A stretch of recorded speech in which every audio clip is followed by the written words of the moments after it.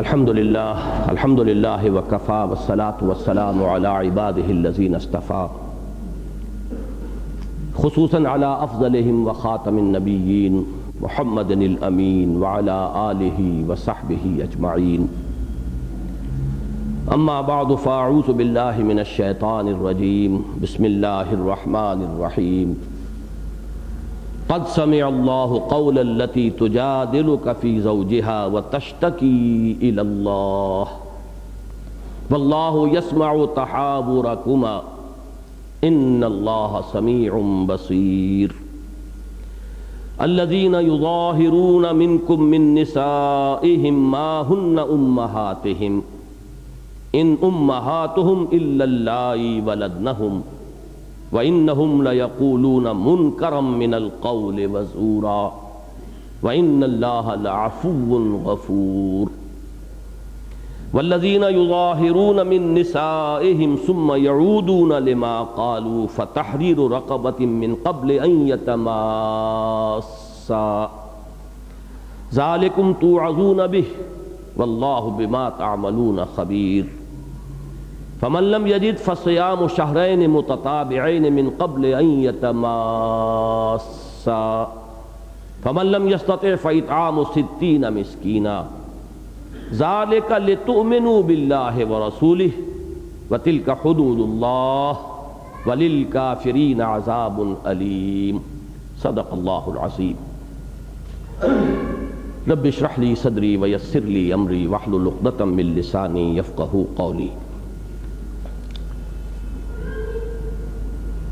سورہ حدید سے مدنی صورتوں کا جو سلسلہ شروع ہوا ہے اس میں دوسری صورت سورہ مجادلہ ہے۔ اس سورہ مبارکہ کا جو تعلق ہے سورہ ما قبل سے یعنی سورہ حدید سے، جس کو کہ ہم بالعموم تعبیر کیا کرتے ہیں کہ یہ جوڑے ہونے کی نسبت ہے، تو اس کی وضاحت کے ضمن میں اس وقت پہلے مجھے تمہیداً کچھ باتیں عرض کرنی ہیں۔ ان دونوں صورتوں کے جو مین تھیمز ہیں انہیں اچھی طرح سمجھ لینا چاہیے، تبھی ان کے مضامین میں جو مناسبت ہے اور جو ربط و تعلق ہے اور ان میں جو نسبت زوجیت ہے وہ واضح ہوگی۔ سورہ حدید کا میں عرض کر چکا ہوں کہ جو عمود ہے اس کا مین تھیم ہے وہ اس کی آیت نمبر 25 سے معین ہوتا ہے۔ لقد ارسلنا رسلنا بالبینات، ہم نے بھیجا اپنے رسولوں کو واضح نشانیوں کے ساتھ۔ وَأَنزَلْنَا مَعَهُمُ الْكِتَابَ وَالْمِيزَانَ لِيَقُومَ النَّاسُ بِالْقِسْطِ، اور ان کے ساتھ ہم نے اپنی کتاب بھی نازل فرمائی اور میزان نازل فرمائی تاکہ لوگ عدل پر قائم ہوں۔ وَأَنزَلْنَا الْحَدِيدَ فِيهِ بَأْسٌ شَدِيدٌ وَمَنَافِعُ لِلنَّاسِ، اور ہم نے لوہا بھی اتارا ہے جس میں بڑی سخت قوت ہے، شدت ہے، جنگ کی صلاحیت ہے، اور لوگوں کے لیے دوسری منفعتیں بھی ہیں، دوسرے فوائد بھی ہیں۔ وَلِيَعْلَمَ اللَّهُ مَن يَنصُرُهُ وَرُسُلَهُ بِالْغَيْبِ، اور تاکہ اللہ یہ دیکھے، واضح کر دے، کھول دے، مبرہن کر دے کہ کون ہیں اس کے وہ وفادار بندے جو اس لوہے کی طاقت کو ہاتھ میں لے کر اللہ کی اور اس کے رسولوں کی مدد کرتے ہیں غیب میں ہونے کے باوجود۔ ان اللہ قوی عزیز، یقیناً اللہ تعالیٰ قوی اور عزیز ہے۔ اب جب یہ عمود معین ہوا تو اب ظاہر بات ہے کہ اس کے ساتھ تعلق قائم ہو گیا جہاں سے سورت شروع ہوئی تھی، ایمان اور انفاق۔ اس کا لازمی تقاضا کیا؟ اہل ایمان سے مطالبہ، آمنوا باللہ ورسولہ وانفقوا مما جعلکم مستخلفین فیہ، لگا دو، کھپا دو، صرف کر دو۔ کس لیے؟ اس مقصد کے لیے کہ وہ نظام عدل و قسط جو اللہ نے عطا فرمایا ہے، اپنی شریعت، اپنی کتاب، اپنے دین کی شکل میں اس کو بالفعل نافذ کیا جائے، اس کے لیے جان اور مال کھپانا۔ اور انفاق میں انفاق مال بھی ہے، بذل نفس بھی ہے۔ انفاق کا اور نفق کا لفظ دونوں پر جو ہے اس کا اطلاق ہوتا ہے۔ نفق الفرس، گھوڑا مر گیا، نفقت الدراہم، پیسے ختم ہو گئے۔ مال کھپانا، جان کھپانا، یہ دونوں کس لیے؟ لیقوم الناس بالقسط، تاکہ وہ نظام عدل و قسط قائم ہو۔ اب اس کے لیے لازم ہے نمبر 1 وہ لوگ کہ جو تن من دھن لگانے کے لیے تیار ہوں اور کوئی شے انہیں روک نہ سکے، نہ مال کی محبت، نہ جان کی محبت، نہ اعزا و اقارب کی محبت، نہ گھر بار کی محبت، کوئی ان کے پاؤں میں بیڑی بن کر نہ پڑ جائے۔ نمبر 2، ان کے اندر ایک نظم ہو، ایک جماعت ہو، ان کا کوئی نہ کوئی امیر ہوگا جو اس وقت محمد الرسول اللہ تھے صلی اللہ علیہ وسلم، ان کی سمع و طاعت، ان کی اطاعت۔ تو ایک سرفروشوں کا گروہ اور ایک ان کا امیر اور قائد۔ وہاں کیا تھا؟ محمد الرسول اللہ والذین معہ۔ اب یہ ہے وہ جماعت، اللہ کے رسول محمد امیر بھی ہیں، قائد بھی ہیں، سپہ سالار بھی ہیں، اور صحابہ کرام آپ کی جماعت ہے۔ تو ایک طرف تو ان صحابہ کرام میں، یا یوں سمجھیے اب ہم علیحدہ کریں، جنرلائز کریں، تو اس جماعت کے اندر جو لوگ شامل ہیں ان میں سرفروشی اور جانفشانی کا جذبہ بدرجہ اتم موجود ہو، دوسری طرف سمع و طاعت کا نظام موجود ہو۔ یہ ہے اصل میں وہ چیز کہ جس کے ساتھ اب تعلق جڑے گا اس سورہ مبارکہ کا۔ اب اسی کے ساتھ چونکہ سورہ حدید میں نفاق کا مضمون بھی بڑی خوبصورتی سے آیا ہے، بڑی جامعیت کے ساتھ آیا ہے، وہ بھی سمجھ میں آتا ہے، یہیں سے انحراف یہیں سے ہوتا ہے۔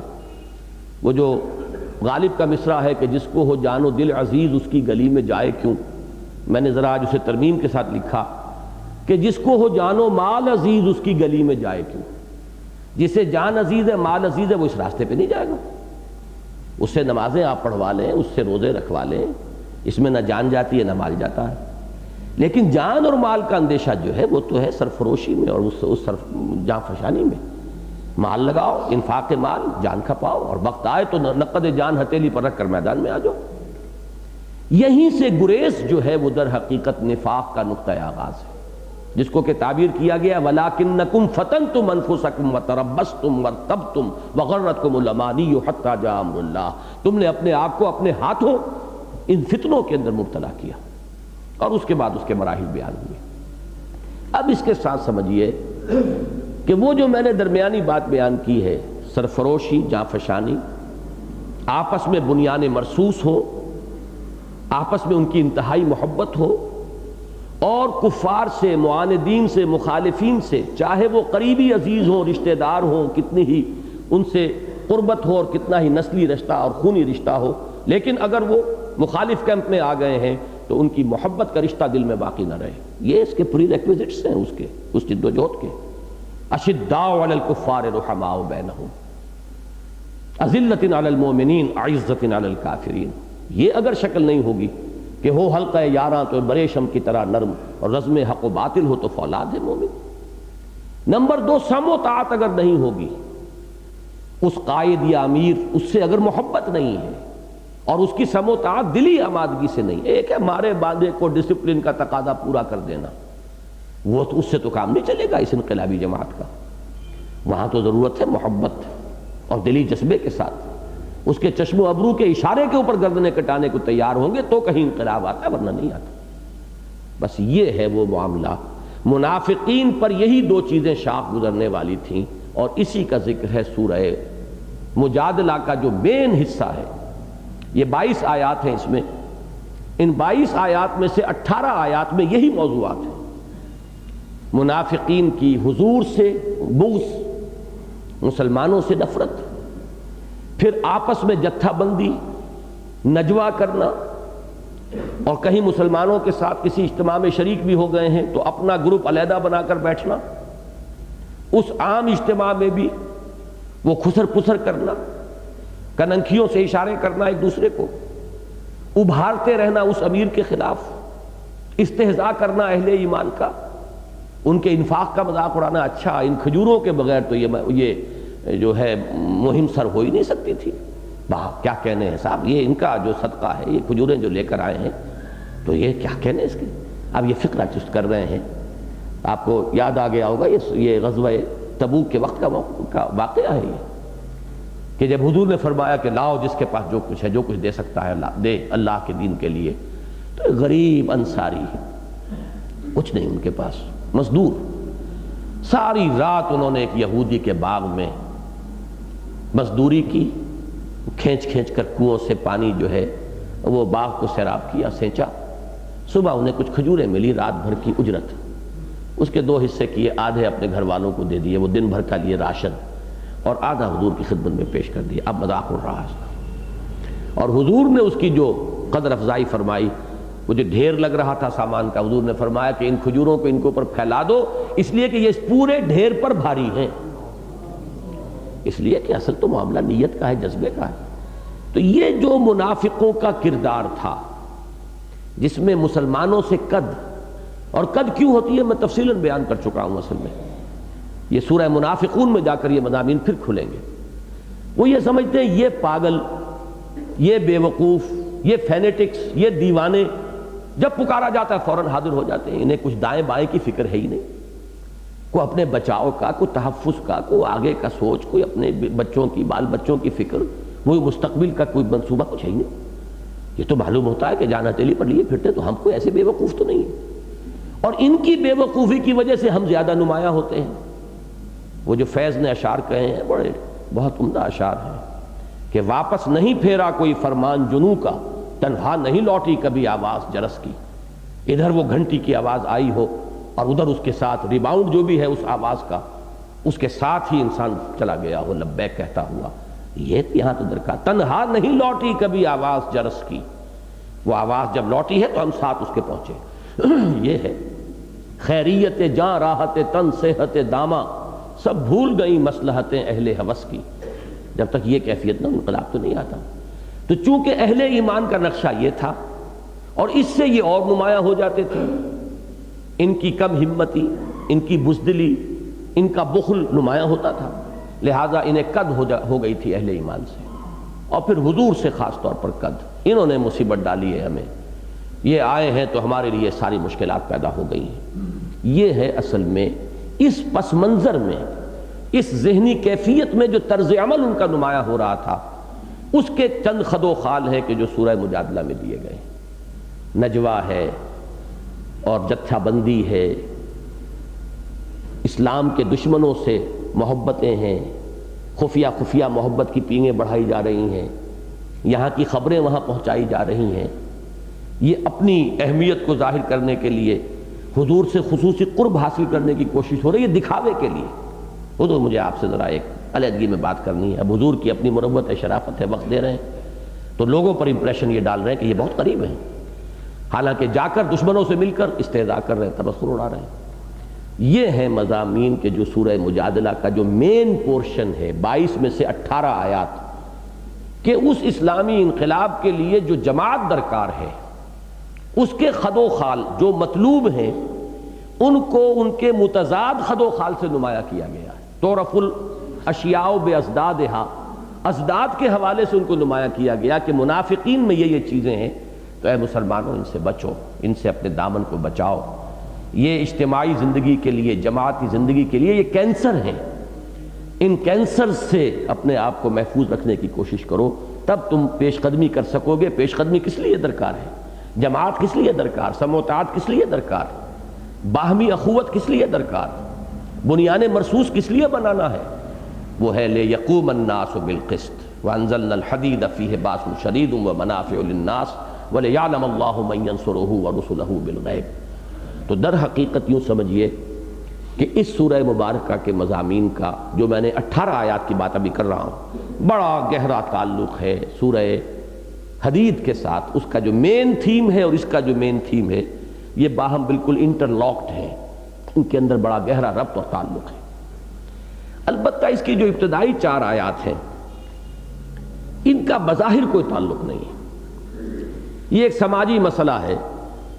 کسی شخص نے غصے میں آ کے اپنی بیوی کو، جیسے ہمارے ہاں 3 طلاقیں دے دیتے ہیں پھر پچھتاتے ہیں، ایسے ہی وہاں زہار کا ایک طریقہ تھا کہ اپنی بیوی کو نہ ماں کہہ دینا، تم تو اب میرے لیے میری ماں کی مانند ہو، یا ماں کی پیٹھ کے مانند ہو، مختلف الفاظ. اور اس سے اب گویا کہ ان کے ہاں وہ ایسی طلاق مغلظ ہو جاتی تھی کہ طلاق میں تو پھر بھی رجوع کا کوئی نہ کوئی شکل رہتی ہے. طلاق رجعی ہے اور طلاق بائن ہے، دوبارہ نکاح ہو سکتا ہے. پھر طلاق مغلظ ہے جہاں پر کہ اس میں بھی پھر یہ ہے کہ کہیں اور کسی اس عورت کا نکاح ہو جائے تو پھر اگر وہ بھی طلاق دے دے تو پھر پہلے شوہر سے نکاح ہو سکتا ہے. لیکن ان کے معاشرے میں یہ تھا کہ جس نے یہ زہار کر لیا، اپنی بیوی کو ماں سے تشبیہ دے دی یا ماں کے کسی عضو سے تشبیہ دے دی، تو گویا کہ اب تو قیامت تک کے لیے اس کے لیے حرام ہو گئی، اس کے قریب پھٹکنا اور لوٹنے کا اور اس سے رجوع کا کوئی امکان نہیں۔ یہ ایک سماجی برائی تھی، وہاں ایک غلو تھا اس میں بھی، اس کی اصلاح ہے جو پہلی 4 آیات کے اندر آئی ہے، اس پر بحث ہے۔ لیکن اب اس کا تعلق کیا ہے، یہ ذرا کچھ زیادہ گہرائی میں اتر کر غور کرنا پڑے گا۔ دیکھیے منافقانہ کردار کیا ہوتا ہے، اور جماعتی زندگی کے اندر جو لوگ انتشار پیدا کرتے ہیں ان کا کردار کیا ہوتا ہے۔ کسی چیز پر عدم اطمینان ہوا، اسے لے اڑے، اس کا پرچار ہو رہا ہے، علیحدہ بیٹھ کر اپنی جو مایوسی اور فرسٹریشن ہے اس کو پھیلا رہے ہیں، لوگوں کو شریک کر رہے ہیں تاکہ وہ بھی بددل ہو جائیں، نجوہ ہو رہا ہے، غیبت ہو رہی ہے، چغل خوریاں ہو رہی ہیں۔ اس کے برعکس ایک رویہ یہ ہوتا ہے کہ کوئی الجھن پیش آ گئی ہے، آپ کو کسی معاملے میں انشراح نہیں ہو رہا ہے، کوئی عملی دقت پیش آ گئی ہے، تو ایک انداز ہوتا ہے کہ آپ رجوع کیجئے، محبت آمیز انداز میں بحث و تکرار کیجئے، اپنے امیر سے جھگڑیے۔ جھگڑے میں فرق ہوتا ہے، ایک جھگڑا ہوتا ہے سمجھنے کے لیے، ایک جھگڑا ہوتا ہے اپنی رائے کو اور واضح کرنے کے لیے۔ ایک انسان سمجھتا ہے کہ میرا امیر یا میرے ساتھی جو ہے میری بات سمجھ نہیں پا رہے، تو وہ بار بار اپنی بحث و تکرار کرتا ہے، بات کو واضح کرنا چاہتا ہے، کسی اور غصے بھی ہوتا ہے، لیکن کرتا انہی سے ہے، ادھر ادھر نہیں اڑاتا، اذاعوا بہی والی بات نہیں کرتا کہ اس کو منتشر کر دے، پھیلا دے، بلکہ وہ وہیں اس کا نام ہے مجادلہ۔ یہ مجادلہ حسنہ ہے، جیسے قرآن مجید میں بار بار آیا ہے فجادلہم باللتی احسن۔ تو جدال اصل میں تو کہتے ہیں جھگڑے کو، لیکن ایک جھگڑا تو ہے وہ مار کٹائی والا جھگڑا، ایک ہوتا ہے زبانی، میں آپ کو اپنی کوئی بات سمجھانا چاہ رہا ہوں، آپ کی سمجھ میں نہیں آ رہی، میں پھر کہتا ہوں بھائی سمجھ گیا، آپ کی سمجھ میں کیوں نہیں آ رہی ہے، میرا یہ پوائنٹ ہے، میرا اصل مسئلہ یہ ہے، آپ کی بات جو ہے آپ غور نہیں کر رہے ہیں میری بات پر۔ ایک یہ مجادلہ حسنہ ہے، تکرار، بحث، اس میں جیسا کہ میں نے عرض کیا کسی وقت غصے کا بھی اظہار ہو جائے کوئی حرج نہیں ہے، لیکن جب وہ پراپر جگہ پر ہو رہا ہے تو اس میں خیر برآمد ہوگی، اور اگر اس سے ہٹ کر کہیں کسی اور جگہ پر چاہے بڑے ٹھنڈے مزاج کے اندر آپ نے وہ بات کی ہے، اس سے شر برآمد ہو جائے گا۔ تو مجادلہ حسنہ کی ایک مثال ہے جو حضرت خولہ بنت ثعلبہ، ابھی میں تفصیل سے عرض کروں گا، ان کا ایک واقعہ ہوا، ان کے شوہر نے ان سے زہار کر دیا، اب وہ حضور کی خدمت میں آئیں، اور جس طرح انہوں نے پھر انداز میں بحث و تکرار سے اپنی بات جو ہے حضور کے سامنے رکھی، تو ہمارے سامنے ان کے طرز عمل میں جماعتی زندگی کا یہ ایک رخ لایا جا رہا ہے کہ جماعتی زندگی کے اندر ظاہر بات ہے اختلاف رائے کا امکان موجود ہے، اختلاف میں شدت بھی ہو سکتی ہے، کسی شخص کو اپنی رائے کے اوپر اصرار ہو سکتا ہے، سواد والا اصرار، اور وہ ہوگا بربنائے خلوص، وہ یہ سمجھتا ہے کہ جس راستے پر یہ میرے ساتھی جا رہے ہیں وہ تو تباہی کا راستہ ہے، اس سے تو معاملہ جو ہے وہ بجائے بننے کے بگڑے گا، تو ظاہر بات ہے اس میں اصرار پیدا ہوگا، وہ مصر ہوگا۔ لیکن اس کیفیت میں 2 شکلیں ہیں جو اختیار کی جانی چاہیے، جو اس سورہ مبارکہ کی پہلی آیت میں الفاظ آئیں گے۔ ایک تو یہ جو آپ کا امیر ہے، جو بھی نظم ہے، آپ وہاں پراپر چینل کے اندر اصرار کیجئے، جھگڑیے، مجادلہ کیجئے، اپنی بات سمجھانے کی کوشش کیجئے، اس پر تکرار کیجئے، بحث و نزاع کیجئے، ایک تو راستہ یہ کھلا ہے، اور دوسرا راستہ اللہ سے فریاد کا راستہ ہے، اے اللہ میری بات میرے ساتھیوں کے سمجھ میں نہیں آ رہی، اے اللہ یہ لوگ اس نادانی کے اندر، غلط فہمی کے اندر ایک غلط راستے پر چل پڑے۔ تو ایک ہے اللہ سے فریاد، اللہ سے دعا، اللہ کا پکارنا، رات کی تنہائیوں میں اس کے خصوصی دعائیں کرنا، اور ایک ہے پراپر چینل جو ہے تنظیم کا، اس کے اندر اس بات کو اپنی پوری قوت کے ساتھ، بحث و تکرار کے ساتھ، اس میں جھگڑا بھی ہو جائے کوئی حرج نہیں ہے، اس میں اگر کسی وقت جو پروٹوکول ہے اور جو آداب ہے مجلسی ان میں کوئی کمی بیشی ہو جائے کوئی حرج نہیں ہے، اس لیے کہ اس سے خلل واقع نہیں ہوگا، اس سے انتشار پیدا نہیں ہوگا، بلکہ اس سے یقیناً خیر کا راستہ نکلے گا۔ لیکن اس پراپر چینل کو چھوڑ کر، اب مجھے ذہن منتقل ہوا جیسے وہ صراط مستقیم کا پراپر چینل تھا، ایمان، عمل صالح، تواصی بالحق، تواصی بالصبر، اس سے جہاں راستہ مڑ گیا وہ پھر خانقاہیت اور رہبانیت کا راستہ بن گیا۔ اسی طریقے سے یہ جو پراپر چینل ہے، جو ذمہ دار آدمی ہے جاؤ اس کے پاس، جھگڑو اس سے، کوئی حرج نہیں ہے، اس سے بحث و تکرار کرو، وہاں اگر کوئی کمی بیشی بھی ہو جائے ادب میں، پروٹوکول میں، تو کوئی حرج نہیں، لیکن اس سے ہٹ کر اگر بد دل ہو کر، مایوس ہو کر، فرسٹریٹ ہو کر اپنی اس کیفیت کو جو ہے اپنے ساتھیوں میں پھیلانا، پھر گانا پھوسی کرنا، خسر پھسر کرنا، ادھر جا کے بات کرنا، ادھر جا کے بات کرنا، یہ ہے جو منافقین کا رویہ ہے، جس پر کہ پوری 22 آیات آئیں گی، اور ایک نہایت عمدہ مثال ہمارے سامنے آئی ہے، اور وہ ہے مجادلہ حسنہ۔ ایک مشکل ہے، اس کا حل چاہیے، اس کے لیے اصرار کے ساتھ بحث و نزاع جو ہے وہ کی جائے۔ اور کس سے کی جا رہی ہے؟ محمد رسول اللہ سے کر رہی ہے۔ کون کر رہی ہے؟ ایک خاتون کر رہی ہے۔ اس کے لیے لفظ مجادلہ قرآن مجید نے استعمال کیا ہے۔ تو در حقیقت اس اعتبار سے بڑا گہرا ربط ہے اس حصے میں بھی اس کے بقیہ حصے کے ساتھ۔ تو ایک تو پوری سورت کا مین تھیم سورہ مجادلہ کا، اور پوری سورت کا مین تھیم سورہ حدید کا، ان دونوں کے مابین جو ربط و تعلق ہے وہ سامنے آ گیا۔ پھر اس سورہ مبارکہ میں پہلی 4 آیات کا ربط و تعلق بقیہ 18 آیات سے وہ بھی واضح ہوا۔ اور ایک آخری بات اور اس تمہیدی بیان میں کہ سورہ حدید کا جو آخری حصہ ہے رہبانیت والا، اس کا بھی ایک گہرا تعلق بنتا ہے ان ابتدائی 4 آیات سے، اس لیے کہ رہبانیت بھی در حقیقت میں نے عرض کیا تھا غلو کا نتیجہ ہے، جیسا کہ آج میں نے واضح کیا شروع میں کہ غلو ہے تزکیہ نفس میں، غلو ہے اصلاح ذات میں۔ اچھا، وہی غلو اور عقیدت اور محبت میں غلو جو ہے وہ تثلیث کے عقیدہ تک لے گیا نصارہ کو۔ رقیق القلبی کے اندر غلو، رافت اور رحمت کے اندر غلو، وہ جو ہے وہ اللہ تعالیٰ کی حدود کے راستے میں رکاوٹ بن جاتا اگر غلو ہو۔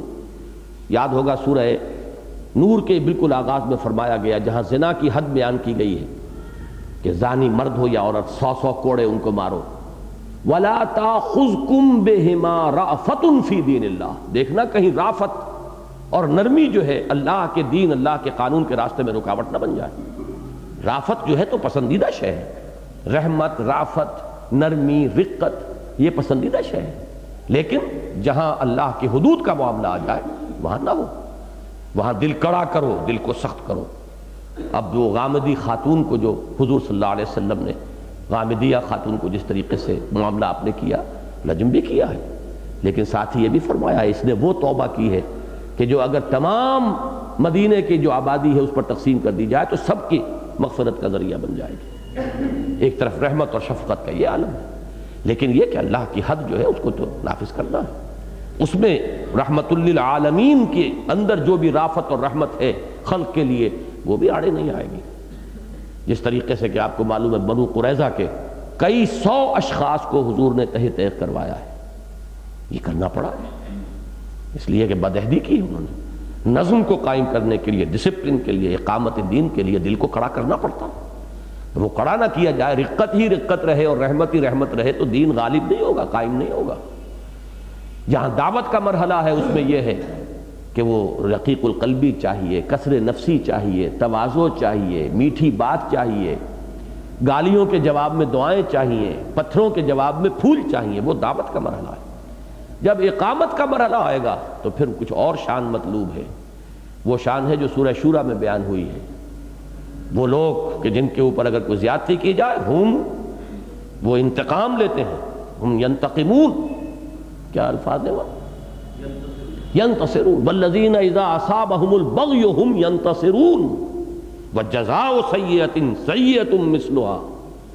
اب یہ شان اور ہے، اس لیے کہ وہ صورت جو ہے وہ سورہ ہے اقامت دین کی صورت، ان اقیموا الدین ولا تتفرقوا فیہ، وہ دعوت کا اگلا مرحلہ ہے۔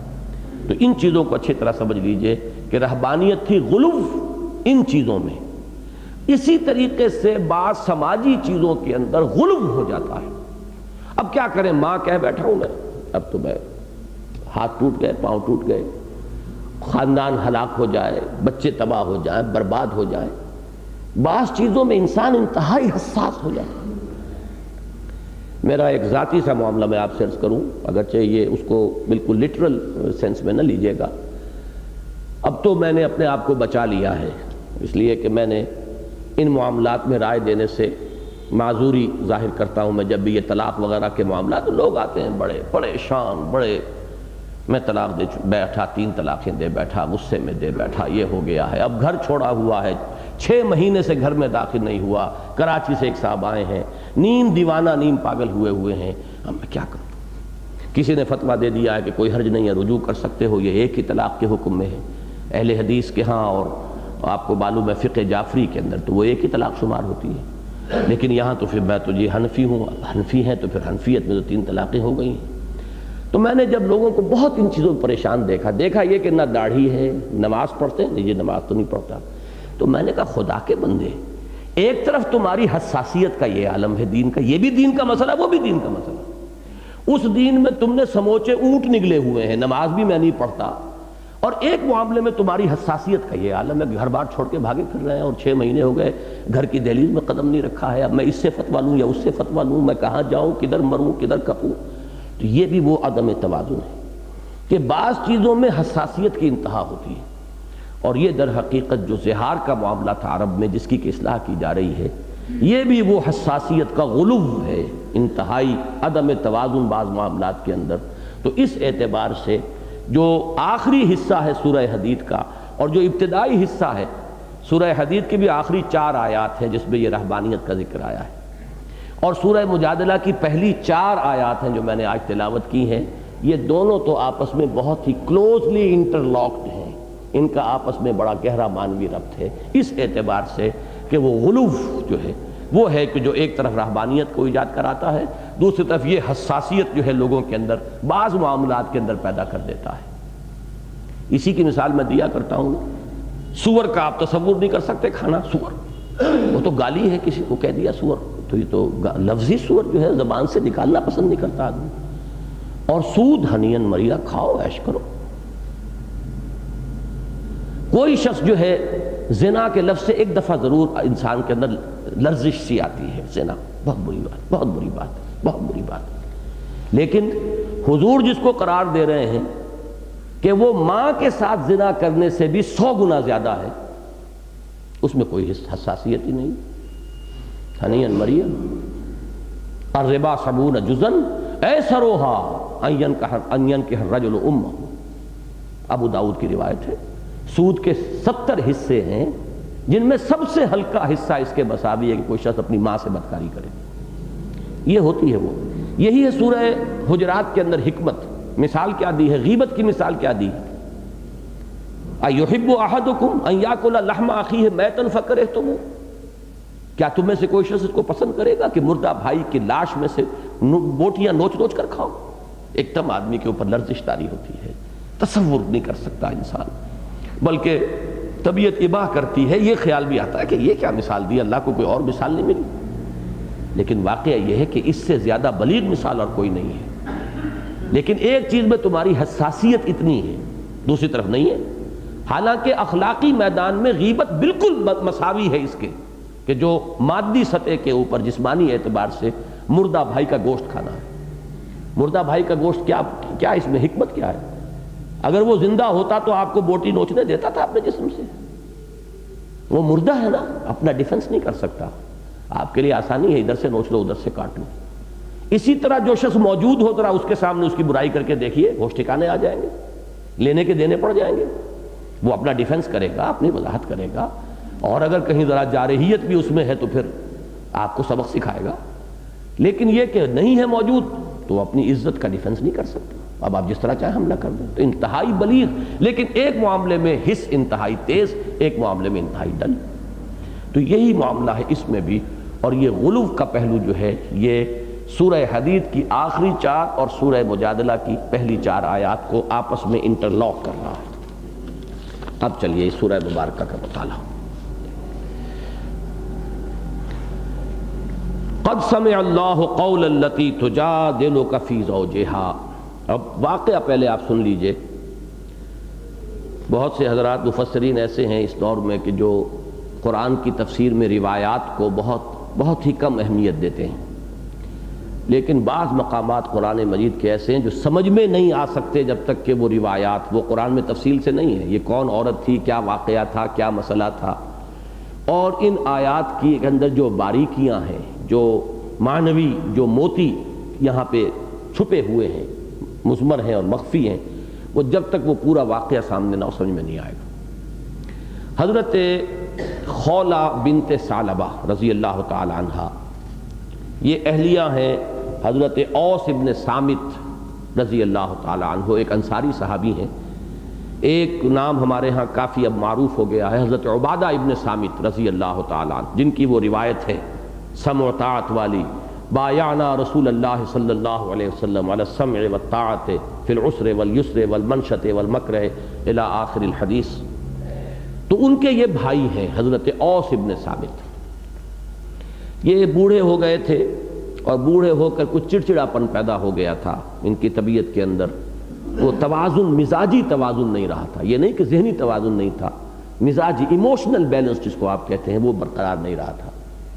انہوں نے ایک روز غصے ہو کر اپنی اہلیہ حضرت ثعلبہ کو کہہ دیا کہ تم تو انت علیہ کا ظہر امی، تم تو میرے لیے بالکل ایسے ہو جیسے میری ماں کی پیٹھ۔ اب اس کو ذرا لطیف سی بات ہے، اس کو سمجھ لیجئے، ظہر اصل میں کہتے ہیں پیٹھ کو، اور یہ لفظ استعمال ہوتا ہے سواری کی پیٹھ کے لیے۔ آپ گھوڑے پر سوار ہیں تو اس کی پیٹھ پر سوار ہیں، آپ کسی اور جانور پر سوار ہیں، پیٹھ پر سوار ہیں۔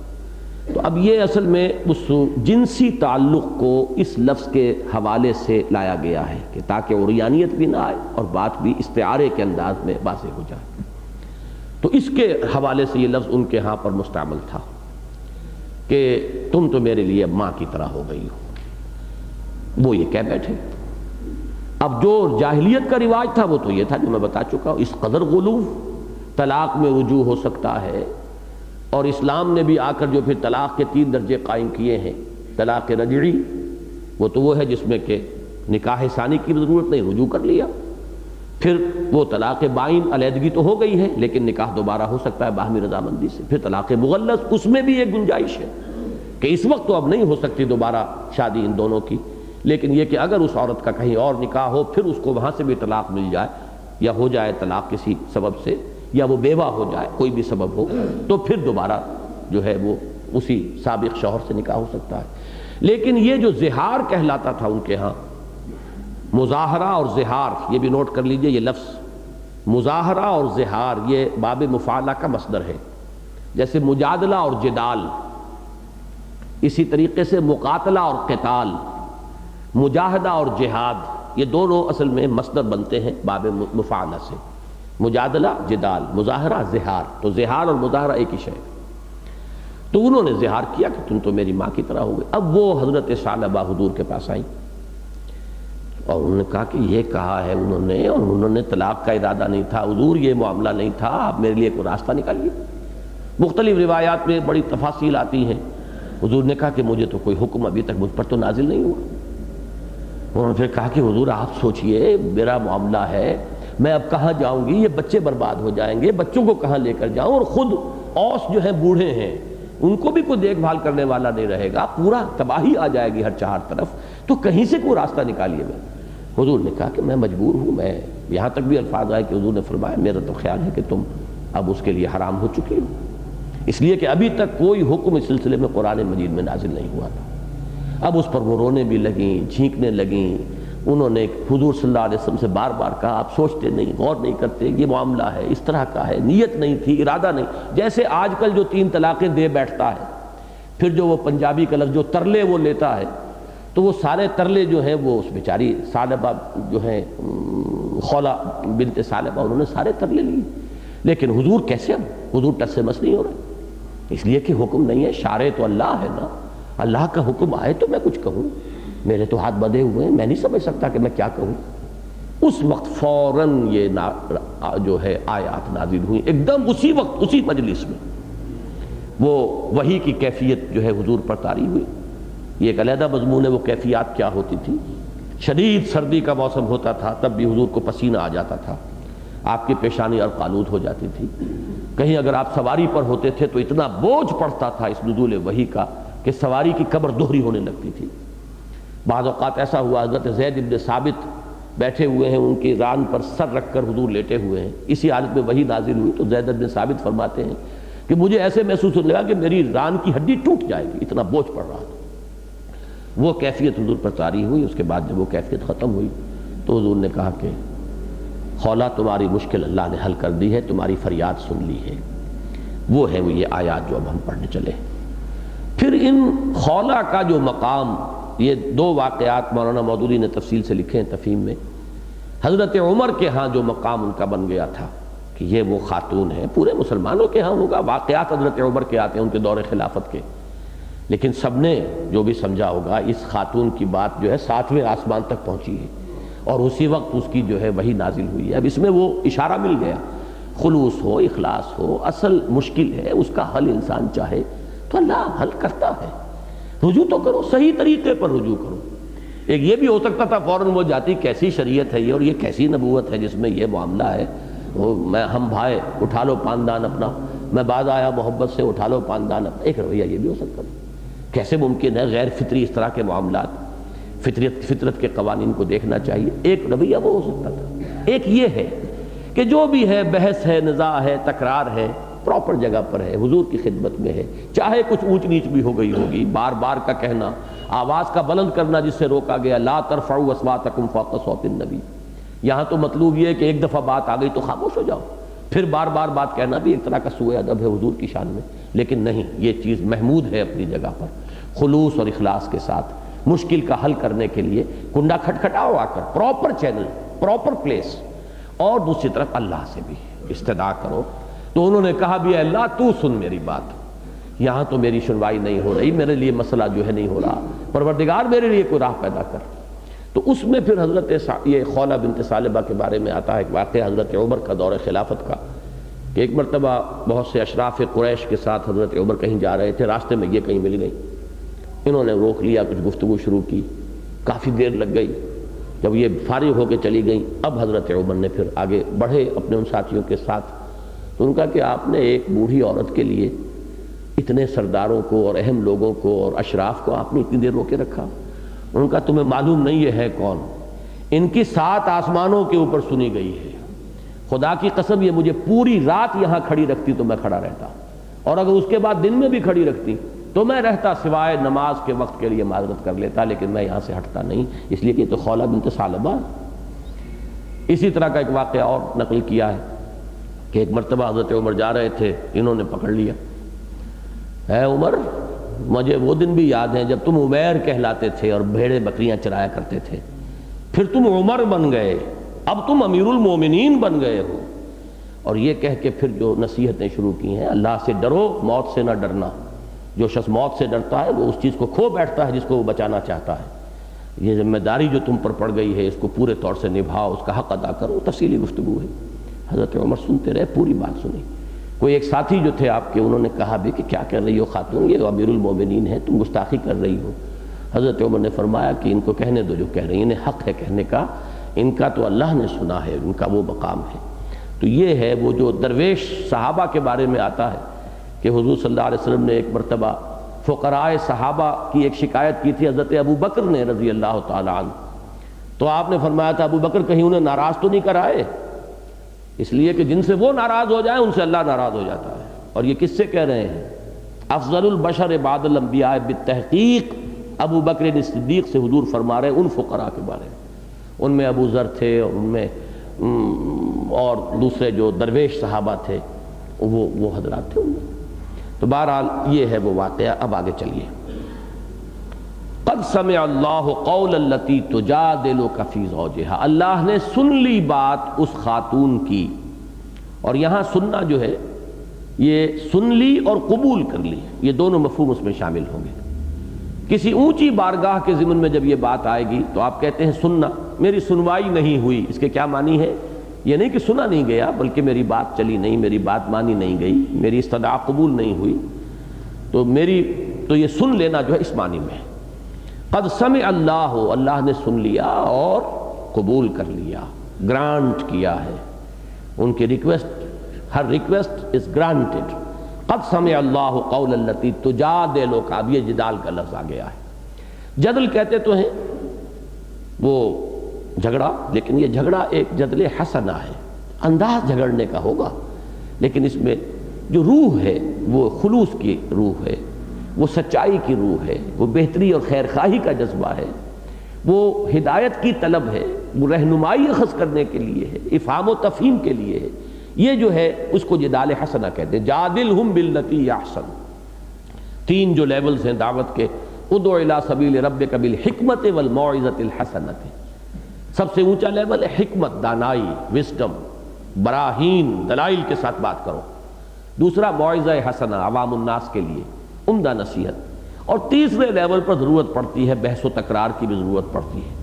یہ الفاظ اقبال نے استعمال کیے ہیں، بحث و تکرار اس اللہ کے بندے کی سرشت، ملا کے لیے کہ میں بھی حاضر تھا وہاں ضبط سخن کر نہ سکا، حق سے جب حضرت ملا کو ملا حکم بہشت۔ اب اس میں یہ کہ بحث و تکرار اس اللہ کے بندے کی سرشت، تو وہ بحث و تکرار کی بھی ضرورت پیش آتی ہے، لیکن اس میں ہمیں حکم ہے کہ وہاں اپنے اخلاقی وقار اور مقام کو برقرار رکھو، اس سے نیچے مت اترو۔ تو اسی طرح کا یہ جدال ہے۔ تجادلو کا یہ بھی باب مفعلہ، مجادلہ، تجادلو کا فی زوجہا، اپنے شوہر کے بارے میں، فی سے مراد ہے ان کے بارے میں۔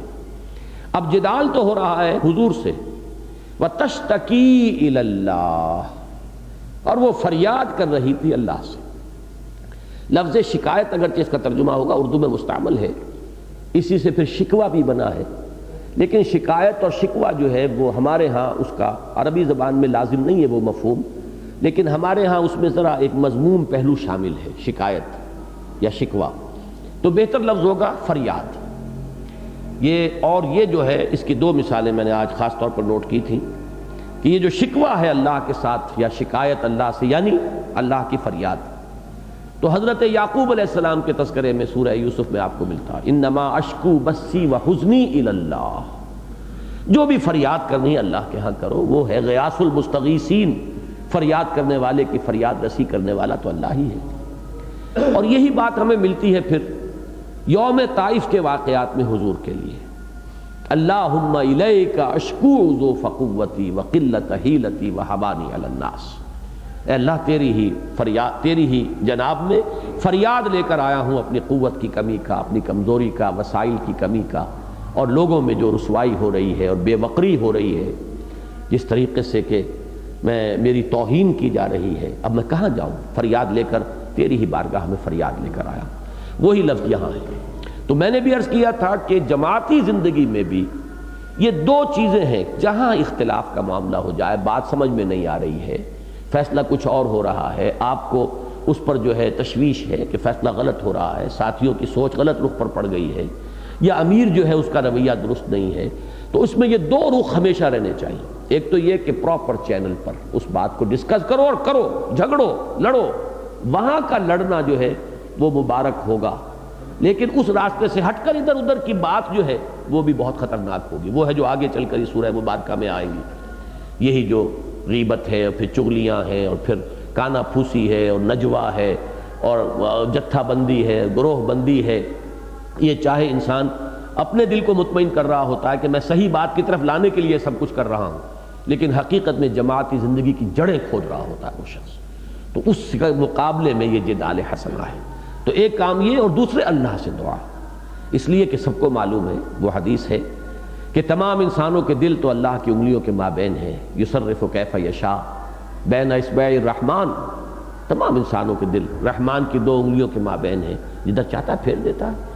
اگر آپ کے امیر کے ذہن میں آپ کی بات نہیں اتر رہی، سمجھ میں نہیں آ رہی، آپ کے ساتھی جو ہے they are not seeing your point، کہ جو بات آپ کہنا چاہتے ہیں ادھر ان کی توجہ نہیں جا رہی، تو اللہ سے فریاد کیجئے اور اللہ سے دعا کیجئے کہ پروردگار ان کو بات سمجھا دے، میرا نقطہ نظر ان پر واضح ہو جائے، جسے میں غلطی سمجھ رہا ہوں یا تو اس کا غلط ہونا مجھ پر واضح کر دے، یا پھر یہ کہ اس کی غلطی ان کے اوپر واضح ہو جائے۔ تو یہ ایک اللہ سے فریاد، اور جو پراپر چینل ہے وہاں جا کر جدال، اس میں کوئی حرج نہیں ہے۔ تو قد سمع اللہ قول التی تجادلک فی زوجہا وتشتکی الی اللہ، اور اللہ کی جناب میں فریاد کر رہی تھی، واللہ یسمع تحاورکما، اور اللہ اے نبی آپ دونوں کی بات سن رہا تھا۔ یہ محاورہ، یہ تحاورکما، بہت سے الفاظ ہیں، ذرا سی شکل بدلی بھی ہوتی ہے، علم صرف سے تھوڑی سی مناسبت ہو جائے تو محاورہ تو ہم اردو میں بولتے ہیں، یہ محاورہ ہے جو زبانوں پر چڑھ رہا ہے، سب لوگ جو ہے اس کو بول رہے ہیں، تو یہ محاورہ ہے ایک دوسرے سے گفتگو کرنا، جس کو آپ کہتے ہیں کنورسیشن۔ ایک بات آپ نے کی، جواب ملا، پھر بات کی، پھر جواب ملا، یہ ہے واللہ یسمع تحاورکما ان اللہ سمیع بصیر۔ یقیناً اللہ تعالیٰ سب کچھ سننے والا، سب کچھ دیکھنے والا ہے، وہ حاضر و ناظر ہے اور وہ دیکھتا ہے، سنتا ہے۔ اب اس میں جو بھی ان کی مشکل تھی اس کو اللہ تعالیٰ نے اس کا حل کیا، اور ان کے حوالے سے ایک شریعت کا قانون اور ہمیشہ ہمیش کے لیے ایک مشکل اور الجھن جو تھی اس کا حل عطا ہو گیا۔ الذین یظاہرون منکم من نسائہم، جو لوگ زہار کر بیٹھے تم میں سے اپنی بیویوں کے ساتھ، یہ مظاہرہ میں تفصیل بیان کر چکا ہوں، ظہر پیٹھ، اس سے مظاہرہ اور تظاہر۔ الذین یظاہرون، جو یہ زہار کر بیٹھے، منکم تم میں سے، من نسائہم اپنی بیویوں سے، ما ہن امہاتہم، وہ جان لیں کہ، یہ گویا کہ یہاں پر محذوف ہے، وہ جان لیں کہ وہ ان کی مائیں نہیں ہیں، مائیں نہیں بن جاتی، کہہ دینے سے مائیں نہیں بن جائیں گی۔ اور امہاتہم یہ جو حالت نسبی میں آیا ہے تو اس سے اشارہ ہو گیا کہ یہاں ماں جو ہے لیسا کے معنی میں ہے، اس لیے کہ زیادہ تاکید نفی کی لیسا سے ہوتی ہے، اور لیسا کی خبر جو ہے منصوب ہوتی ہے، تو فرمایا ما ہن امہاتہم، ہرگز ہرگز وہ ان کی مائیں نہیں ہیں، اس طرح کہہ دینے سے، زبان سے نکال دینے سے، اور یہ بات جو ہے جو کلمہ تم نے نکال دیا ہے اس سے وہ تمہاری مائیں نہیں بن سکتی، نہ وہ مائیں ہیں۔ ان امہاتہم الا اللہ ولدنہم، نہیں ہے ان کی مائیں مگر وہی جنہوں نے انہیں جنا ہے۔ یہ بیوی ہے تمہاری، اتنے عرصے بیوی رہی ہے، تمہارا تعلق زن و شو رہا ہے، تمہارے بچے ہیں اس کے بطن سے، آج تم نے ماں کہہ دیا تو تمہارے کہنے سے وہ ماں بن جائے گی۔ جیسے کہ سورہ احزاب میں جب متبنہ کی نفی ہوئی ہے کہ کوئی منہ بولا بیٹا اسلام میں نہیں ہے، بیٹا تو وہی ہوگا جو اللہ نے آپ کو عطا فرمایا ہے، منہ بولا بیٹا جو ہے شریعت میں نہیں، اسی طریقے سے یوں ہی زبان سے نکال دیا تو تمہاری وہ ماں نہیں بن جائے گی، وہ تمہاری بیوی ہے۔ ان امہاتہم الا اللہ ولدنہم، اس میں ایک نقطہ اور ضرور نوٹ کیجئے، ایک تو یہ کہ جس نے جنا ہے کسی کو وہ تو اس کی ماں ہے ہی ہے، اس میں تو کسی شک اور شبہ کی گنجائش نہیں، لیکن شریعت نے کچھ اور کو بھی ماں کے حکم میں رکھا ہے، دادی ہے، نانی ہے، یا اور اوپر چلتے جائیے، یا اسی طریقے سے وہ ساس ہے، وہ بھی ماں کے حکم میں ہے، اسی طریقے سے ازواج النبی، حضور صلی اللہ علیہ وسلم کے ازواج ہیں، وہ بھی ماؤں کے، قرآن مجید نے کر دیا ہے۔ تو جس کو شریعت نے کر دیا، اللہ نے کر دیا، رسول نے کر دیا، اس ترچے میں اس کی گنجائش اس میں موجود رہے گی، لیکن جہاں کوئی اور حکم شریعت کا موجود نہیں ہے تو وہاں محض اس طرح کہنے سے، اسی طریقے سے سوتیلی مائیں بھی مائیں کے حکم میں، ماؤں کے حکم میں، حالانکہ انہوں نے جنا تو نہیں ہے، تو لفظ جو ہے وہ اگرچہ بہت محدود ہے یہاں پر، لیکن یہاں زور دینا مقصود ہے ماں ہوتی کون ہے، ذرا سوچو تو صحیح، ماں کا کہاں معاملہ، اور کہاں تم نے اپنی بیوی کو، ہو سکتا ہے کئی سال سے تمہارے گھر میں وہ آباد و بیوی کی حیثیت سے، تو انتہائی بے شرمی اور ڈھٹائی، انتہائی دناعت اور کمینگی ہے کہ تم نے بس زبان سے نکال دیا ایک قول، اسے ماں کہہ دیا۔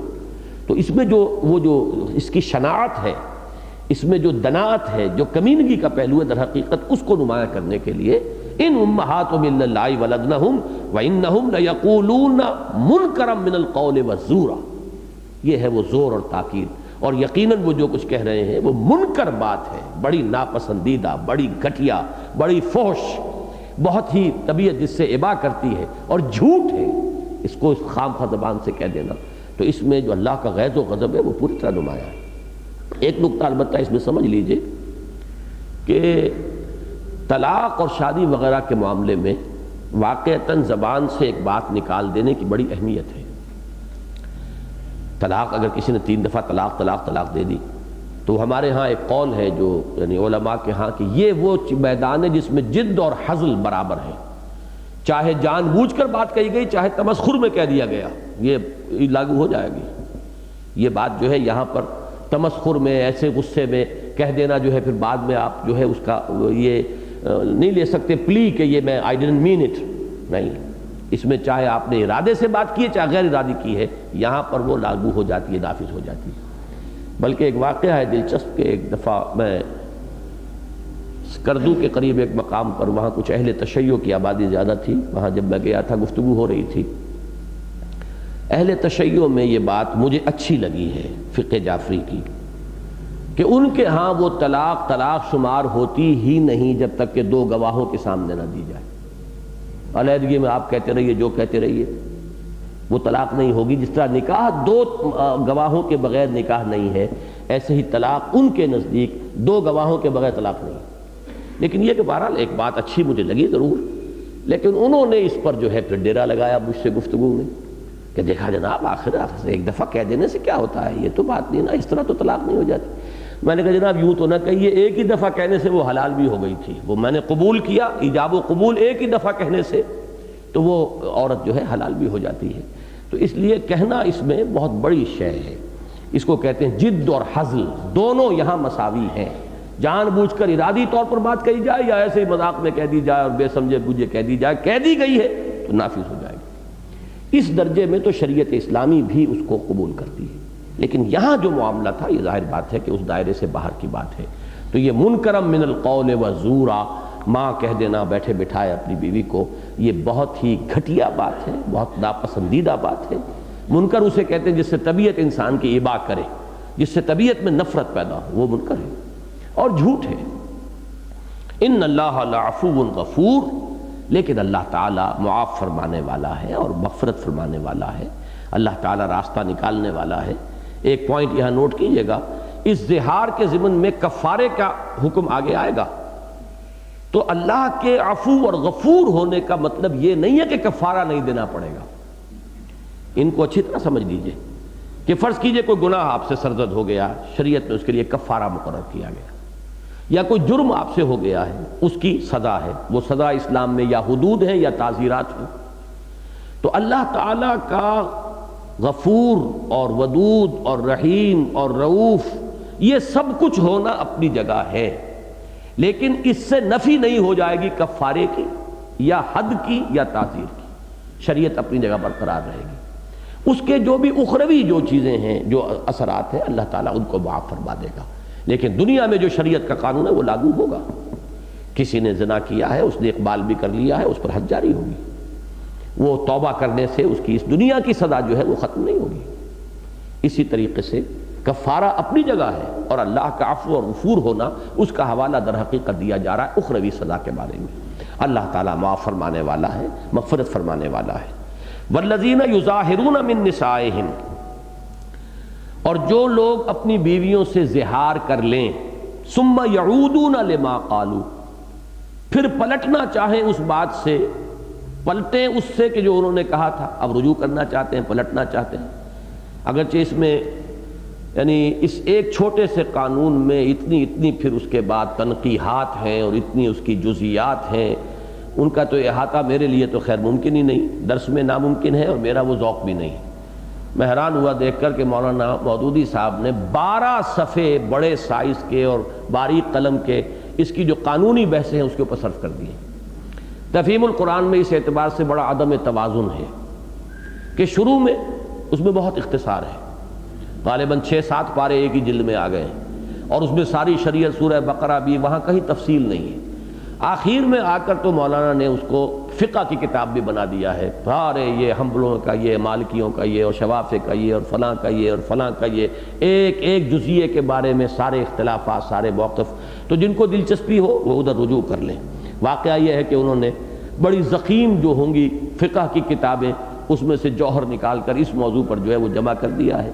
تو جن لوگوں کو دلچسپی ہو، ظاہر بات ہے جن لوگوں کا پروفیشن ہو لیگل، جو مفتی ہوں، جو قاضی ہوں، ان کے لیے وہ چیزیں بڑی اہم ہیں، لیکن عام ایک مسلمان کے لیے ان چیزوں کی ضرورت عام قاری اور عام سامع کے لیے نہیں ہے۔ موٹ ایسی بات جان لیجئے، والذین یظاہرون من نسائہم ثم یعودون لما قالوا، جو لوگ اپنی بیویوں سے زہار کر بیٹھیں اور پھر پلٹنا چاہیں، لوٹنا چاہیں، اعادہ کرنا چاہیں، فَتَحْرِيرُ رَقَبَةٍ مِّن قَبْلِ أَن يَتَمَاسَّا، تو اب کفارہ ہے ان کے لیے ایک گردن کا آزاد کرنا۔ تحریر کے معنی حر کہتے ہیں آزاد کو، تحریر باب تفعیل سے مصدر بنا آزاد کرنا، اور تحریر بھی جب آپ کرتے ہیں تو آپ اس لفظی مناسبت دیکھیے، آپ کے ذہن میں کچھ خیالات مقید ہوتے ہیں جنہیں آپ آزاد کر رہے ہیں، ان کو آپ نے کھول دیا ہے اب لوگوں کے لیے۔ وہ جو آپ کے ذہن میں تھا، ماحود ذہنی تھا، آپ کے دماغ کے صندوق میں بند خیالات تھے، جنہیں آپ نے قلم کے حوالے سے، قلم کی وساطت سے آزاد کر دیا ہے اور کھلا چھوڑ دیا ہے کہ اب یہ پرندے اڑیں جدھر ان کو اڑنا ہے، اور اس سے پھر استفادہ کریں جو بھی کرنا چاہتا ہے۔ تو تحریر یہ ہے، اصل لفظی معنی آزاد کر دینا. فتحریر رقبۃ، تو ایک گردن کا چھڑا دینا، ایک گردن کا آزاد کر دینا ہے. من قبل ان یتماسا، اس سے پہلے کہ وہ ایک دوسرے کو چھوئیں. چھوئیں کا یہ مطلب نہیں ہے کہ ہاتھ بھی نہ لگ جائے وہ اچھوت بن گئی ہے، بلکہ یہ چھونا وہ پھر استعارہ ہے تعلق زن و شو کے لیے. یتماسا، اس سے پہلے کہ وہ ایک دوسرے کو چھوئیں یا ہاتھ لگائیں.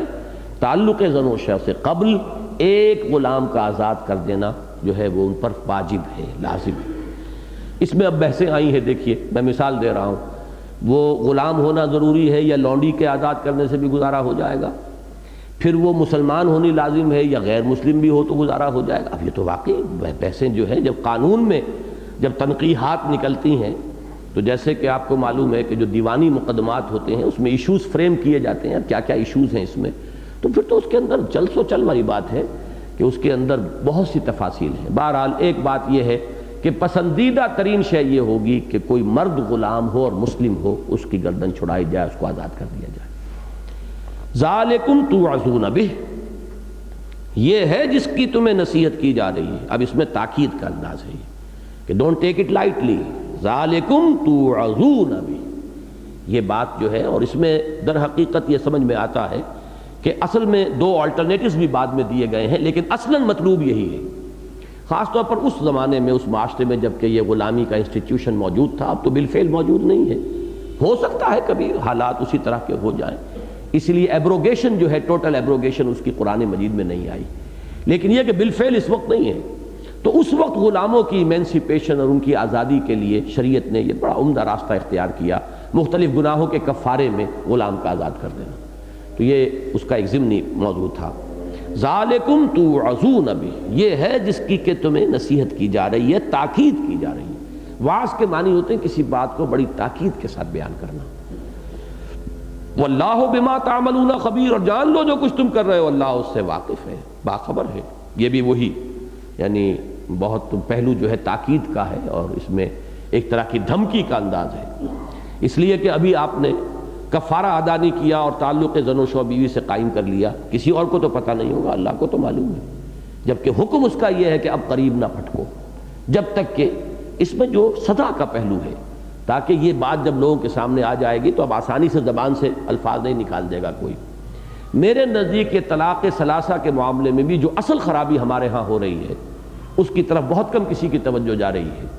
اور وہ یہ ہے کہ حضرت عمر رضی اللہ تعالیٰ عنہ نے جب وہ اجتہاد کیا اور جب لازم کر دیا کہ 3 طلاقیں ایک محفل میں اگر ہوں گی تو وہ طلاق مغلظ ہو جائے گی. حضور کے بارے میں تو یہی معلوم ہوتا ہے کہ حضور پوچھ لیتے تھے تمہاری نیت کیا تھی. اگر اس نے کہا کہ صاحب 3 ہی کی تھی حضور، تو بھائی جاؤ اب بات معاملہ ختم ہوا.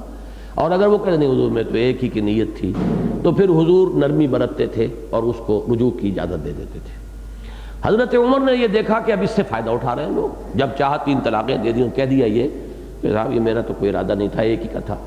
تو اس کو روکنے کے لیے یہ ایک حضرت عمر رضی اللہ تعالیٰ عنہ نے در حقیقت فیصلہ کیا، اور اس پر اجماع ہو گیا امت کا. اور خلافت راشدہ کا اجماع جو ہے وہ اب لاگو ہے ہمیشہ کے لیے، اس کی حجیت ہے، وہ حجت بن گئی ہے. یہی وجہ ہے کہ ہمارے چاروں جو ہیں اہل سنت کے فقہی مسالک جو ہیں، حنفی، مالکی، شافعی، حنبلی، ان چاروں کے ہاں یہ چیز متفق علیہ ہے اب کہ 3 طلاقیں اگر ایک وقت میں دے دی گئی ہیں طلاق مغلظ ہے. لیکن اصل شے کیا تھی، اس کا دوسرا پہلو بھول گئے لوگ. حضرت عمر کوڑے لگواتے تھے اس شخص کو، سزا بھی دیتے تھے. آج بھی اگر یہ قانون بن جائے کہ جو شخص 3 طلاقیں ایک محفل میں دے گا اس کو 5 سال کی قید ہوگی تو ہوش ٹھکانے آ جائیں گے. پھر وہ آدمی جو ہے وہ کبھی جو ہے یہ واقعات جو نہیں ہوں گے. معلوم ہو کہ سزا ہوگی قید با مشقت. 3 طلاقیں بن بھی جائیں گی 3 ہی، اور اس کے علاوہ جو ہے سزا ملے گی. جیسے حضرت عمر کوڑے لگاتے تھے کہ تم نے یہ شریعت اسلامی کے ساتھ استہزاء کیا ہے، مذاق اڑایا شریعت کا. تو یہ انداز ہمارے ہاں ہے نہیں، اس کی کوئی سرزنش نہیں، کوئی سزا نہیں. اس سزا کو نافذ کر دیا جائے تو خود بخود اس کی ایک اصلاح ہو جائے گی. تو کوئی، اور اس میں کوئی حرج نہیں ہے. یہ تعزیر کے درجے کی چیز ہے، حد نہیں ہے. اس تعزیر کے اندر فیصلہ کیا جا سکتا ہے، 2 سال کی، 1 سال کی، 5 سال کی قید با مشقت اس شخص کو دی جائے جو 3 طلاقیں ایک مجلس میں دے دے. اور وہ جو بھی طریقہ ہے، جو سنت کا طریقہ ہے، اس سے وہ اگر اباء کرتا ہے تو پھر اس کی اصلاح ہو سکتی ہے. بہرحال جو بھی اس کا کفارہ ہے عوام پہ آ رہا ہے کہ وہ تمہیں ادا کرنا ہوگا. اور قانون خداوندی کی پوری پیروی کرنی ہوگی۔ اس سے پہلے کہ تم باہم ایک دوسرے کو چھو، وہ اس گردن کا چھڑا دینا، غلام کا آزاد کر دینا لازم ہے۔ ذالکم توعظون بہ واللہ بما تعملون خبیر۔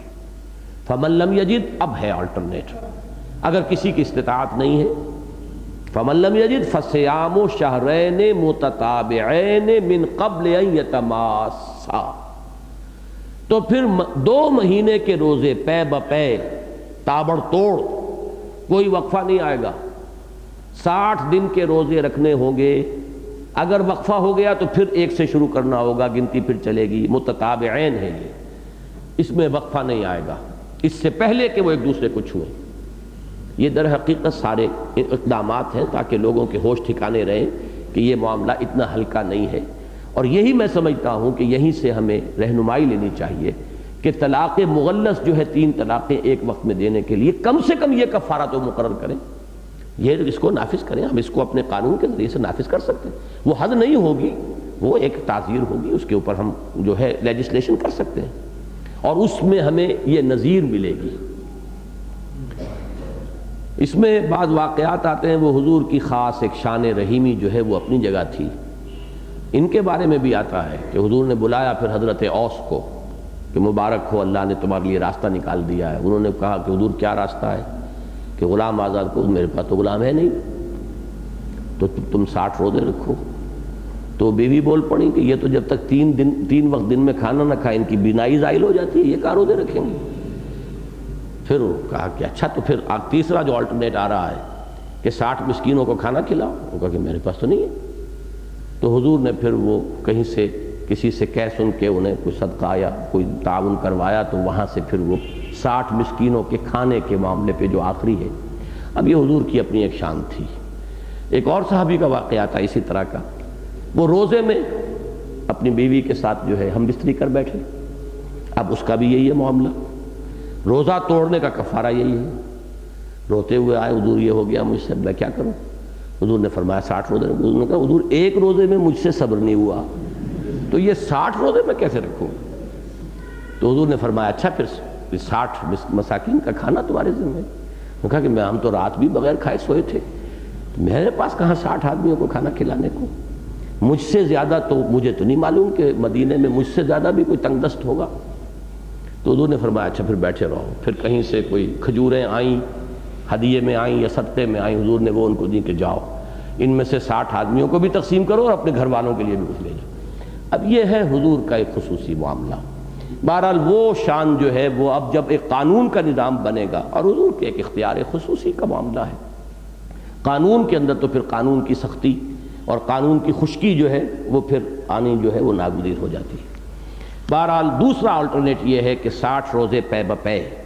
فمن لم یستطع، اور جس میں اس کی استطاعت نہ ہو، اس کی مقدور نہ ہو، مقدرت نہ ہو، فاطعام 60 مسکینا، تو 60 مسکینوں کو، اور اطعام سے مراد ایک دن کا کھانا، 2 وقت کا کھانا، ایک وقت کا کھانا نہیں۔ اور بعض جگہوں پر آیا ہے من اوسط ما تطعمون اہلیکم، جو بھی ایک شخص کا کھانے کا اپنا معیار ہے، اپنے گھر کا، اہل و عیال کا، یہ نہیں کہ خود تو کئی ڈشز جو ہیں وہ کھاتے ہوں اور کسی کے لیے صرف جو ہے وہ لنگر دال روٹی کا کھول دیا کہ 60 آدمی کھا جائیں، نہیں، من اوسط ما تطعمون اہلیکم، جو تمہارا اپنا ایک معیار ہے کھانے کا، اوسط معیار، اس کے مطابق 60 مساکین کو کھانا کھلانا اور 2 وقت کا کھانا کھلانا، یا اتنا سامان ان کو دے دینا کہ 2 وقت کے لیے کفایت کر جائے۔ ذالک لتؤمنوا باللہ ورسولہ، اس آیت پر میں عام تلاوت کرتے ہوئے جب تک کہ یہ غور اور تدبر کا مرحلہ نہیں آیا تھا تو ذرا رکا کرتا تھا، میں اس لیے اس کا ذکر کر رہا ہوں کہ شاید آپ بھی رکیں۔ اگر اس کا ترجمہ کیا جائے یہ اس لیے تاکہ تم ایمان لاؤ اللہ پر اور اس کے رسول پر، تو ایک سوالیہ نشان آ جاتا ہے۔ یہاں جو ہے یہ تؤمنو، تاکہ وہ ایمان حقیقی تمہارے اندر پیدا ہو جائے، ایمان اپنے حقیقی مفہوم کے اندر تمہارے دلوں میں یقین کی حیثیت اختیار کر لے۔ اب یہ مفہوم بھی جب ہم اختیار کریں گے تب بھی ایک سوال رہ جائے گا کہ اس سے ایمان کیسے پیدا ہوتا ہے؟ تو یہ بات کئی مرتبہ میں پہلے بیان کر چکا ہوں، اس وقت صرف حوالہ دے رہا ہوں کہ ایک بات تو ہمیں سب کو معلوم ہے، ایمان سے عمل پیدا ہوتا ہے۔ دوسری بات جو ہے وہ ذرا خفی ہے، اور اسے اب میں بار بار اپنے درس میں اسی لیے بیان کر رہا ہوں، عمل سے بھی ایمان پیدا ہوتا ہے، یہ دوسرا اسپیکٹ ہے۔ شریعت پر عمل کریں گے تو اس عمل کرنے سے اس میں دوام، اس میں پہم جب انسان عمل کرتا ہے تو اس سے بھی یقین میں اضافہ ہوتا ہے۔ یہی وہ بات ہے کہ جو سورہ احزاب میں بھی آئی ہے، زادتہم ایمانا، جب لوگ ثابت قدم رہے، شدید ترین آزمائش کا مرحلہ آیا غزوہ احزاب کا، لوگ ثابت قدم رہے تو ان کے ایمان میں اضافہ ہو گیا۔ تو اسی طریقے سے اب دیکھیے رات کی تاریکی میں ایک شوہر اور بیوی کیا کر رہے ہیں، یہ تو کوئی نہیں جانتا، ہاں اللہ جانتا ہے، لیکن اگر ایک شخص اپنے پر کنٹرول کیے ہوئے ہے کہ یہ اللہ کا حکم ہے، جب تک میں 60 روزے نہ رکھ لوں میں قریب نہیں جا سکتا، اب اللہ کے اس یقین کے پیش نظر کہ وہ دیکھ رہا ہے 60 دن جو مشقت کرے گا اس کے ایمان کا کیا ٹھکانہ ہے، اس کے ایمان میں جو اضافہ ہوگا، اس میں جو ترقی ہوگی، اس میں جو نکھار آئے گا، اس میں جو گہرائی اور گہرائی جو ہے اس کا اضافہ ہوگا، تو بات سمجھ میں آتی ہے۔ اسی طرح اسی وجہ سے کہ اللہ کا حکم ہے، 60 مسکینوں کو کھانا کھلا رہا ہے، ایک غلام کو آزاد کر رہا ہے، تو ان چیزوں پر جب اطاعت ہوتی ہے، ایمان سے عمل اور اطاعت پیدا ہوتی ہے، اور عمل اور اطاعت سے، اطاعت الہی اور اطاعت رسول سے ایمان جو ہے اس میں اضافہ ہوتا ہے۔ تو ذالک یہ اس لیے ہے لتؤمنوا باللہ ورسولہ، تاکہ تم اللہ پر، اس کے رسول پر حقیقی معنی میں ایمان تمہارے اندر پیدا ہو جائے، تم واقعتاً یقین جو ہے اس کی دولت سے بہرور ہو جاؤ۔ وَتِلْكَ حُدُودُ اللَّهِ، یہ بھی ذرا وارن کرنے کا انداز ہے، تھوڑا سا اس کے اندر بھی یعنی انداز جو ہے وہ چونکانے کا ہے، ہوشیار رہو، بیدار رہو، یہ اللہ کے حدود ہیں، وہی الفاظ جو میں نے پہلے کہتے ڈونٹ ٹیک دم لائٹلی، یہ چیزیں جو ہے اللہ کے احکام ہیں۔ وَلِلْكَافِرِينَ عَذَابٌ أَلِيمٌ، اور جان لو کہ پھر کافروں کے لیے تو بہت بڑا دردناک عذاب ہے۔ اب یہاں کافر سے مراد بھی کافر قانونی نہیں ہے، جیسے ایمان سے مراد یہاں ایمان قانونی نہیں، ایمان حقیقی ہے، اسی طرح یہاں کفر سے مراد بھی کفر حقیقی ہے، کفر قانونی نہیں، یعنی معصیت جو ہے اللہ کے حکم کو توڑنا حقیقت کے اعتبار سے کفر ہے۔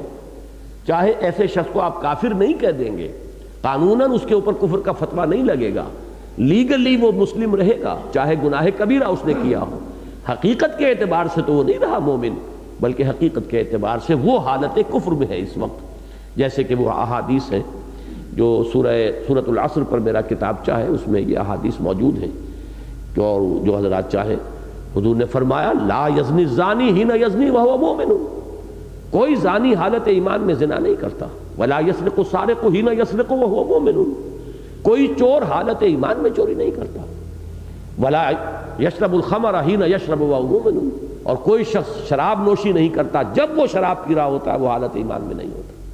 وہ ایمان حقیقی، ایمان قانونی نہیں۔ ان مضامین پر بڑی تفصیلی بحث میں کر چکا ہوں اپنے یہ بیرونی سفر سے پہلے جو تقاریر تھیں مسجد دارالسلام میں۔ تو قانونی ایمان، حقیقی ایمان، قانونی کفر، حقیقی کفر، اور حقیقی کفر کے ضمن میں تو مجھے یاد آ جاتے ہیں سائیں عبدالرزاق صاحب مرحوم و مغفور، ایک درویش تھے، سلسلہ نقشبندیہ کے، دیپال پور میں ہوتے تھے، کئی مرتبہ ملاقات ہوئی۔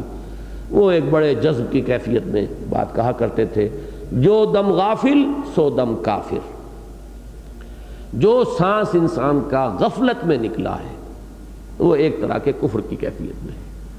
اللہ کے ساتھ لو لگی ہوئی ہو، وہ رشتہ ٹوٹے نہیں، تار نہ ٹوٹنے پائے، وہ ہتھ کارول اور دل یارول، وہ انسان کا جو ہے دل کا معاملہ اللہ کے ساتھ جمع رہے، جہاں وہ رشتہ ٹوٹا معلوم ہوا ایک نوع کا کفر ہے یہ۔ جو دم غافل سو دم کافر، تو یہ ہے وہ کفر حقیقی۔ اب جہاں معصیت ہو رہی ہے، اللہ کا حکم توڑا جا رہا ہے، تو وہ تو گویا کہ حقیقت کے اعتبار سے کفر ہو گیا۔ تو یہاں اس آیہ مبارکہ میں ایمان کے بھی وہ کامل معنی، حقیقی معنی، اور کفر کی جو یہاں پر کہا جا رہا ہے وہ بھی قانونی معنی میں کفر نہیں، بلکہ اللہ کی نافرمانی، اللہ کے احکام کو توڑ دینا۔ وَلِلْكَافِرِينَ عَذَابٌ أَلِيمٌ، ان کے لیے تو دردناک عذاب ہے۔ اللہم اجرنا منہ، اللہم اجرنا منہ، اللہم اجرنا منہ۔ بارک اللہ لی ولکم فی القرآن العظیم ونفعنی وإیاکم بالآیات والذکر الحکیم۔